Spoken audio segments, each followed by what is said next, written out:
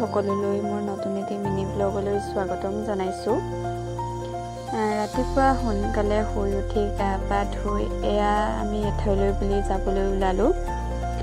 কলৈ গৈ আছোঁ সেইটো বাৰু আপোনালোকক কৈ আছোঁ। এয়া আহি পাই গ'লোঁ। আপোনালোকে দেখি চাগে গম পাইছে আমি কলৈ আহিছোঁ। এয়া ডিব্ৰুগড় জিলাৰ চাবুৱাত অৱস্থিত এক প্ৰসিদ্ধ নামঘৰ।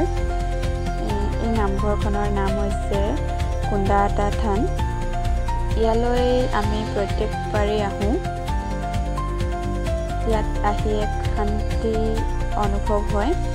তাৰপাছতে আমি চাকি দি ল'লোঁ। চাকি দি সেৱা কৰিবলৈ বুলি আহিলোঁ। সেৱা কৰি হোৱাৰ পিছত ইমান গৰম পৰিছে, থাকিব নোৱাৰিয়ে বাহিৰলৈ ওলাই আহিলোঁ।